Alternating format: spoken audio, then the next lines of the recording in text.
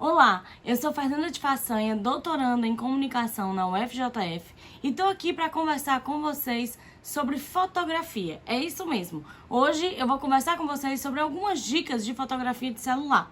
Antes de começar a falar sobre essas dicas, vamos entender um pouquinho o que é a fotografia. A fotografia, no entendimento básico do que é basicamente desenhar com a luz. Quando a gente vai conhecer sobre as técnicas da fotografia, sobre como é que ela funciona de fato, fotografar, né, escrever com base na luz, é basicamente você conseguir controlar essa iluminação, né? E a iluminação de muitas formas. E é assim que se inicia a fotografia, né? As primeiras experiências da fotografia, ela é com a câmera escura. Bom, para a gente poder também falar um pouquinho sobre essas dicas de fotografar com o celular, né? Antes de tudo, você tem que conhecer o aparelho que você tem. Ai, Fernanda, mas como é que a gente faz isso? Básico. Olha as configurações da tua câmera. Vê se elas estão numa boa qualidade, numa boa resolução. Limpa a tua câmera antes de usá-la, para assim você conseguir ter uma ótima fotografia, ainda melhorando o seu aparelho. Pronto. Depois disso, o nosso segundo passo é entender sobre composição fotográfica. Meu Deus, mas o que é isso? Composição fotográfica nada mais é do que formas diferentes de colocar objetos ali, objetos ou cenas ou algo cotidiano ali na imagem.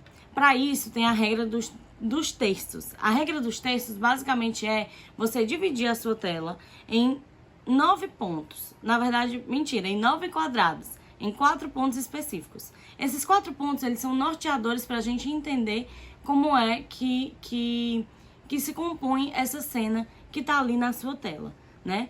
Essa tela de celular mesmo.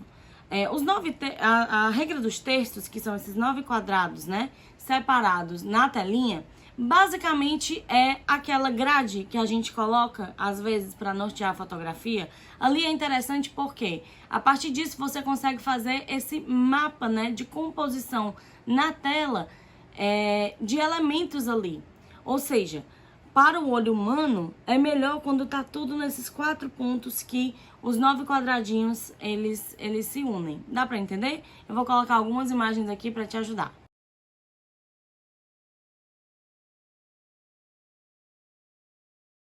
A segunda dica importante é entender os ângulos. Dependendo da angulação, a gente consegue fazer fotos muito diferentes. Ou seja, você pode virar um pouquinho seu celular para cima, ou para baixo, ou para os lados, e isso ajuda a fazer uma foto melhor, né? E aí ajudar também o seu foco automático. Então, sempre prestar atenção nesse aparelho que você tem, para assim conseguir manuseá-lo melhor.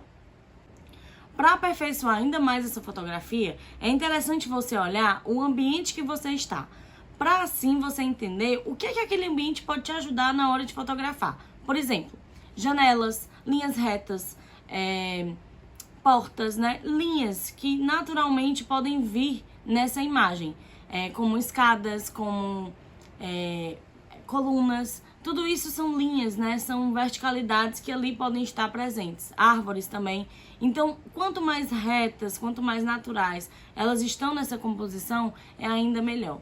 Porque aí a gente consegue, para o olho humano, né, seguindo a regra dos terços, contribuir e ajudar que esse olhar humano esteja mais adaptado àquela imagem. Então, acaba sendo mais confortável ao vê-la e assim a imagem fica melhor.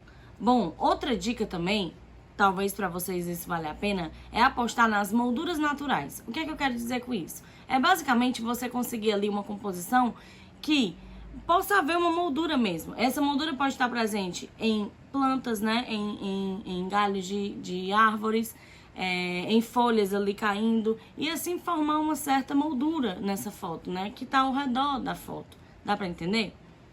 Alguns outros elementos importantes para essa imagem ficar realmente boa e interessante é você sempre prestar atenção em algumas coisas. Primeiro de tudo, observar esse lugar que você está para fotografar.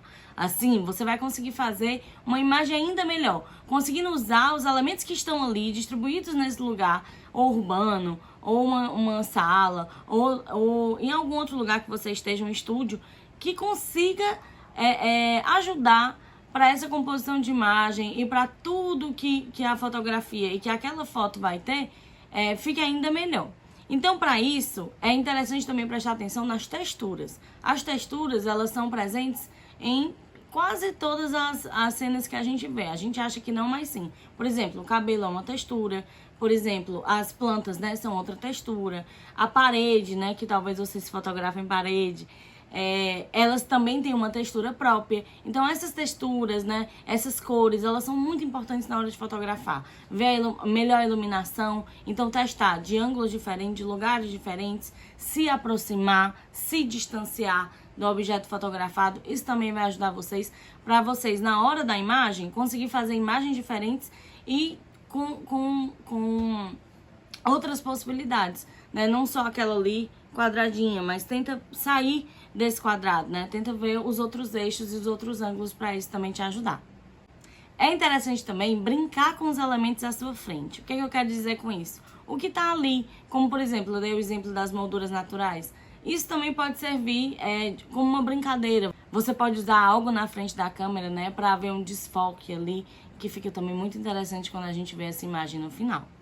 Outra dica também interessante para fotografar com o celular é você sempre mudar a angulação do celular, até a posição que ele tá. Botar às vezes de cabeça para baixo, né, de cabeça para cima, tentar fazer um foco diferente. Isso porque vai depender muito da configuração que ele possui e do foco, daquele aparelho. Então isso vai contribuir no final.